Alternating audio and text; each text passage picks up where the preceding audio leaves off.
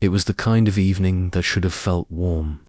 Summer sun glowing through amber leaves, laughter spilling out of open windows, and the scent of fried chicken and jasmine mingling in the air. But for Andre Walker, 17 and standing on the edge of the small lake with a trembling velvet box in his hand, the world felt cold. Cold in the way rejection makes your bones ache. Cold in the way silence can scream louder than words. He hadn't planned it this way. He'd rehearsed it over and over again in the mirror, even stammered through a version of it in front of his dog. Max, he imagined her smiling, maybe even crying happy tears. But instead, she stared at him with lips that barely moved and eyes that looked past him, as though the boy who stood there didn't deserve an answer at all. "I can't, Andre," Claire whispered, her voice shaking more from fear than guilt. "I just can't." He blinked slowly, stunned. But why? The box in his hands felt heavier by the second. Inside was a simple promise ring. Nothing fancy, nothing expensive. Just a quiet symbol of everything he felt of the late-night talks. The secret poems. The music they shared under the old elm tree behind the high school. Claire looked around nervously, her fingers twisted together in a knot of shame and confusion. "You know why?" Andre's heart stumbled. "No, I don't. Tell me." She took a step back, eyes wet, cheeks flushed. "My father, my family, they wouldn't be okay with it. Us. You know how they are. And, Andre, it's not just them." He took a sharp breath. "What do you mean it's not just them?" She hesitated, her lips parting and closing again. Her voice finally broke through like glass cracking under pressure. You're not what I imagined, okay? I thought I could get past it. Your skin, your world, your life fits all so different from mine, and it's not easy for me." There it was, the truth, ugly, honest, and bleeding. Claire, the girl who once danced barefoot with him in the rain, who scribbled hearts next to his name in her notebooks, who once told him he made her feel like the world was poetry, had just reduced their love to melanin. Andre didn't speak. He couldn't. The velvet box slipped from his fingers and landed on the ground with a soft thud, dust settling around it like a small funeral. Claire looked down, guilt flashing across her face, then turned and ran her white sundress flickering behind her like a ghost vanishing into twilight. He stood there, silent, as the wind picked up and the lake shimmered beneath the moon. His hands were still half raised, as if trying to hold on to something already gone. That night, Andre didn't go home. He wandered the town like a ghost himself, his thoughts eating him alive. The streets he'd walked all his life now felt like foreign land. Every glance he got, every whisper he imagined, he started to believe them all. Maybe he had been foolish, to believe that love could stretch across generations of hate, to think that a boy like him could be enough for a girl like her. At home, his mother waited by the window, porch light flickering. She didn't ask questions. When he finally walked in with swollen eyes and scraped palms, she simply opened her arms and he collapsed into them. The next morning, Claire was gone. Her family had packed up overnight. A sudden move back to the city that felt more like an escape than a relocation. Andre found out through a friend's text. No goodbye, no letter, not even a returned poem. But the ring remained. The one he'd picked with care. The one she never even touched. Days turned into weeks. Andre stopped drawing, stopped writing, The light behind his eyes dimmed slowly like a candle gasping in the wind, until one day he opened his notebook, the one filled with songs she once loved to hear him sing, and at the bottom of the page was a single sentence he'd written a long time ago, in messy handwriting: "If they won't let me love you, I'll love you louder." He stared at it again and again, and then he began to write, but not for her. Not anymore. Weeks turned into months, and the sting hadn't dulled. Andre stopped sitting by the elm tree where they'd once carved their initials, stopped singing the songs that used to make Claire close her eyes and smile, like the world didn't exist. At school, whispers followed him like shadows. Not everyone knew what happened, but small towns don't need facts to spread rumors. He got too bold. Why'd he think she'd say yes? I mean, look at him and look at her. That was never gonna work. Andre heard them all. Every snide remark, every muffled laugh, every whispered slur. But the strange thing about Pennant either swallows you whole, or forges something new inside you. And for Andre, something began to stir. Not anger exactly, not yet, but something sharper than sorrow, something that didn't want to sit quietly anymore.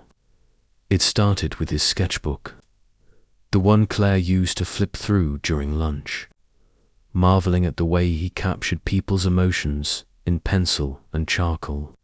He hadn't touched it in months, but one night he opened it again. Hands trembling, he drew her, not the Claire that danced in sunlight, but the one who looked him in the eye and told him he wasn't enough.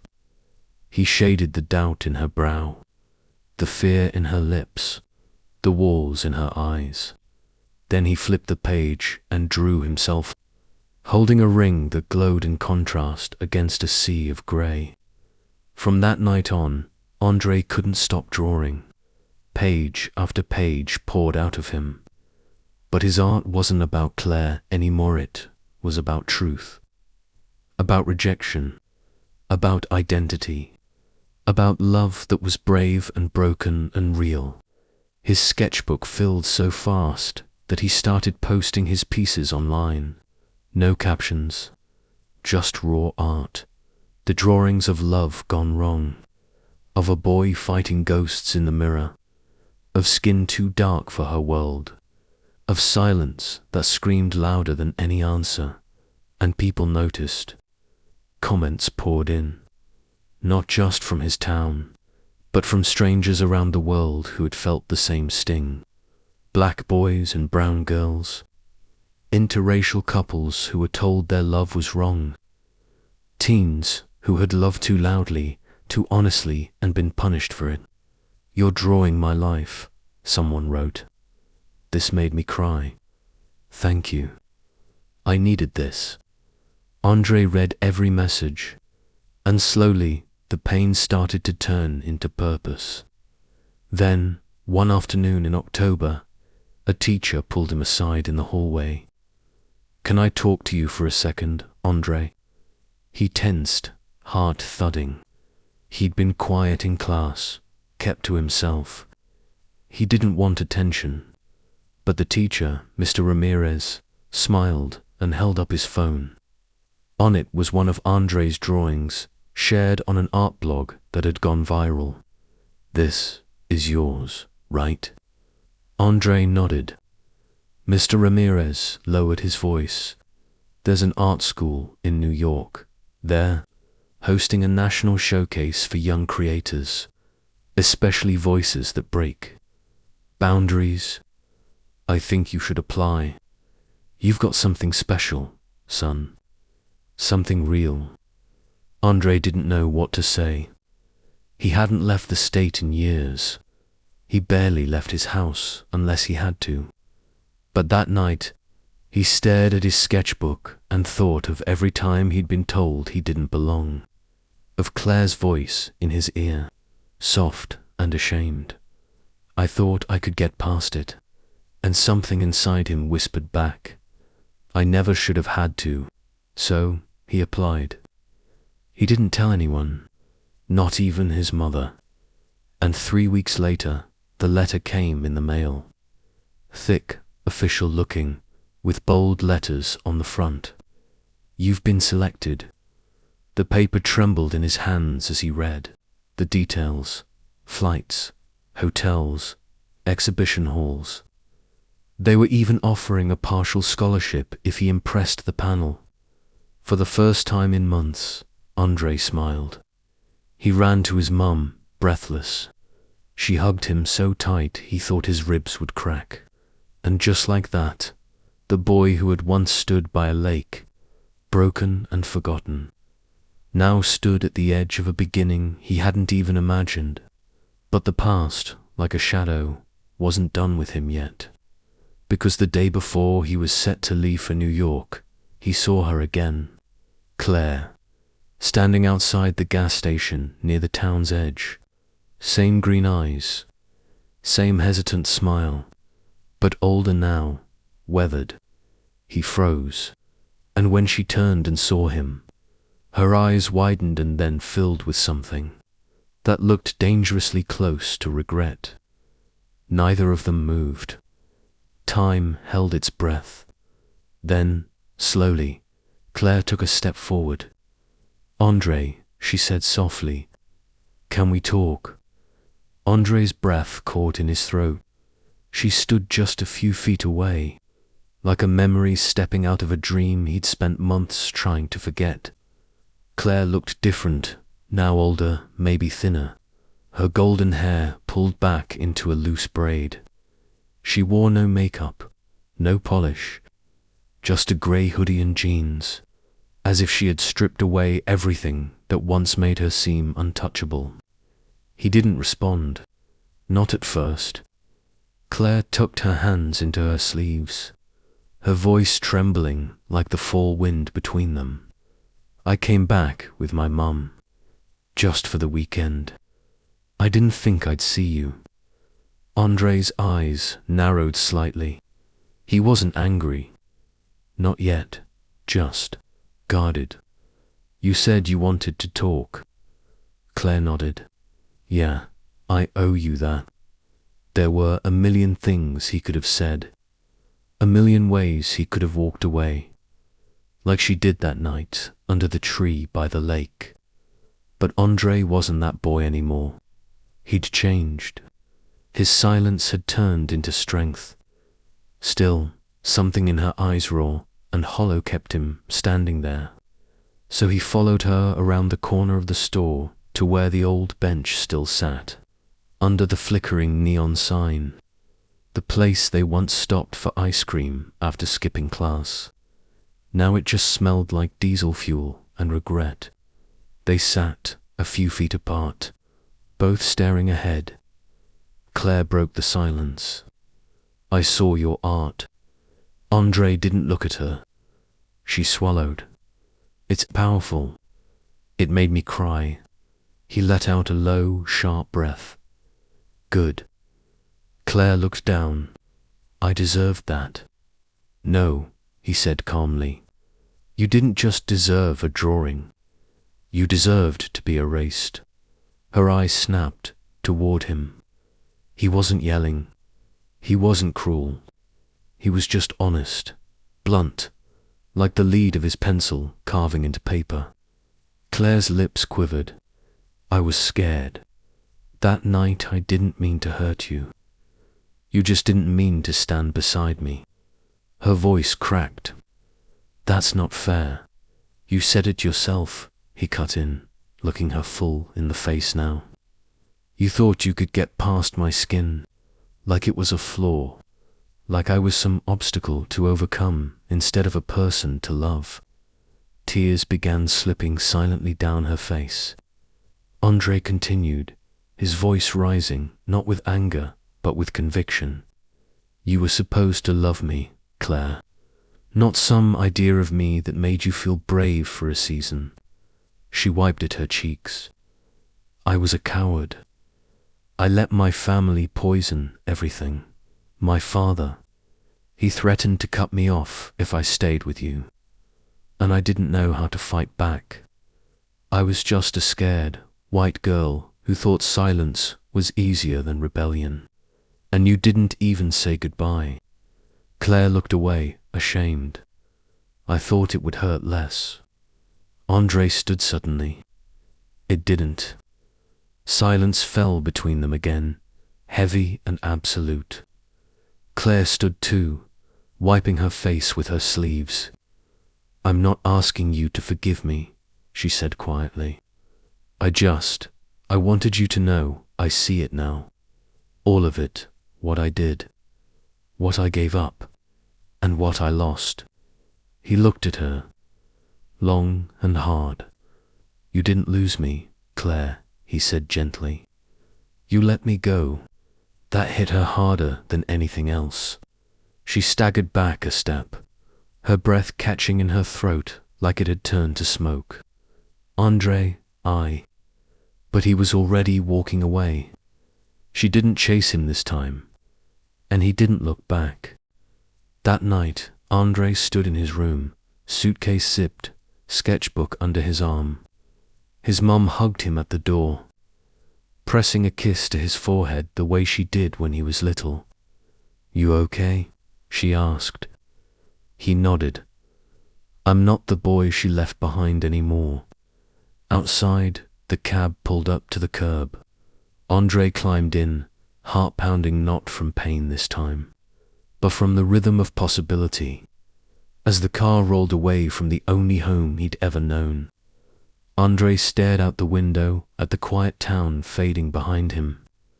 He thought about Claire, about love, about rejection, about everything she couldn't give him and everything he'd found because of it. He pulled out his phone and posted one last drawing before takeoff. A boy standing on a hill, arms wide, hearts stitched together in golden thread, and below it, 3 simple words. Still, I rise. New York smelled nothing like home. The city pulsed with noise and life cars honking, people shouting, subways rattling beneath the pavement like thunder rolling through concrete veins. Andre stepped out of the cab and stared up at the buildings that scraped the sky like titans. He should have felt overwhelmed, but instead he felt alive. The art showcase was being held in a restored industrial loft in Brooklyn. White walls, metal beams, and spotlights that bathed the artwork in drama. There were dozens of students, each carrying portfolios, easels, and nervous hope. Some had been trained since childhood. Others came from art schools Andre had only ever read about. And then there was him, a kid from a small southern town, with a sketchbook full of pain and poetry, standing in the same room as dreamers just like him.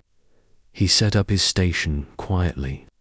No frills, just a table, his book, and a single framed piece, the one he'd drawn. After Claire left him holding the ring that never found a finger, he didn't try to impress. He just told the truth. The judges passed through slowly. Most nodded. Some paused. One, a tall, black woman with silver-rimmed glasses and a jawline sharp enough to command silence, stood in front of his table for nearly 5 minutes without saying a word. She flipped through his sketchbook with deliberate hands, her fingers lingering on certain pages. The lake, the proposal, the silence, the goodbye. When she looked up, her eyes were glassy. You felt too much for someone your age, she said, almost like a confession. Andre didn't reply. He didn't need to. That night, after the lights dimmed and the guests left, Andre wandered the streets with his headphones in, and his hands stuffed in his jacket pockets. The city didn't ask him to be anything. It just let him exist. He walked until his legs ached. then sat on a bench overlooking the East River. Lights shimmered on the water, like stars spilled from heaven. He thought about everything, Claire.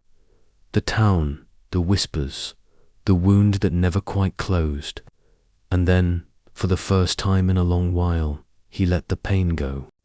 Not because it didn't matter, but because it had already served its purpose. He flipped open his sketchbook and began a new drawing. Not of loss, but of healing. A boy rising from cracked earth, roots tangled in his feet, branches reaching toward the sky. No tears, no shadows, just becoming. The next day, he awoke to hundreds of notifications on his phone. Someone had posted a photo of his work at the gallery. It was going viral. Messages flooded in. Artists, critics, even celebrities. People telling him how much his art meant, how it gave them words they never found, how it made them feel seen. And then, a text from an unknown number. I saw your piece. It broke me. It made me proud of you. I hope you keep climbing. Claire. Andre stared at it for a moment, unmoving. He didn't delete it, but he didn't reply either. Some stories aren't meant to be continued. They're meant to be remembered, so we don't make the same mistakes again. Over the next few weeks, offers rolled in, galleries, publishers, even a mentorship under the same judge who had stood in front of his table and whispered, "You felt too much." And he said yes to everything. He stayed in New York. He studied. He created. He healed. Years passed. Andre's name began appearing in places his younger self never dreamed of. Magazines, podcasts, exhibitions.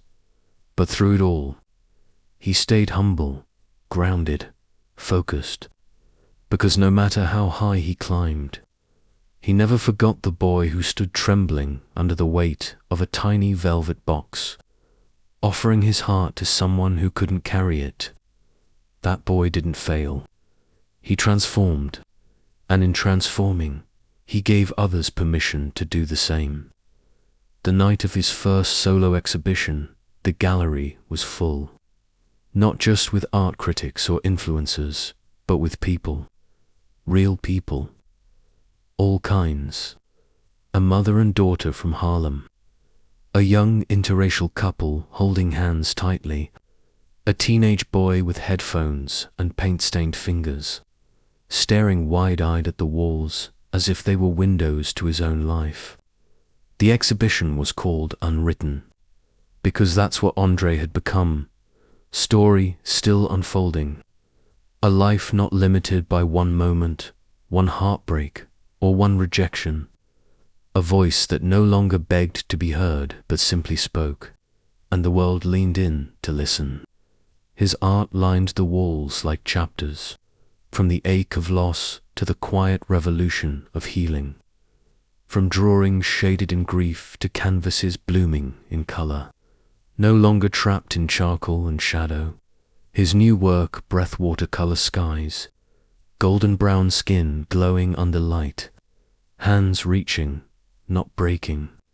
In the center of it all hung his final piece, the ring. Not the ring he once held at the lakeside. No, this one was drawn, floating surrounded by fire, smoke, and phoenix feathers. A symbol not of what was lost, but of what was forged in the flames. And then, amid the crowd, he saw her. Claire, older, softer, standing near the back of the gallery, arms folded across her chest, eyes flicking nervously between the pieces. Andre didn't flinch. He didn't look away. She noticed him watching. Their eyes met, but this time, she didn't walk toward him. She nodded. A single, quiet nod. Respectful, honest. And then she walked out, just like that. No drama, no apology, no final words, and that was okay, because he didn't need closure anymore. He was the closure. Every stroke of his pencil, every truth in his work, it had already said everything she never could. As the night went on, people asked him questions. Cameras flashed. Interviews lined up. But when someone asked what inspired all this, he only smiled gently and said, "A girl once told me I wasn't enough." I believed her for a while, but then I realized I never needed to be enough for her. I just needed to be everything I already was for myself. Applause broke out, not the kind that comes from fame, but from something deeper: recognition, shared pain, shared power. That night, after everyone left, Andre stayed behind. Just him and the quiet hum of the gallery lights. He walked slowly from piece to piece, fingertips grazing the frames like old friends. He stopped at the ring and smiled, not because it didn't hurt anymore, but because the pain had found its purpose. He turned out the lights, closed the doors, walked into the city night with the calm confidence of a man who had finally come home to himself. In the distance, the world moved on. Cars, music, people, and Andre Walker, once a trembling boy by a lake, now walked forward, not chasing love, but becoming it. Thanks for watching this story. If you enjoyed this video, don't forget to like, comment, and subscribe for more interesting stories. Wishing you all the love in the world.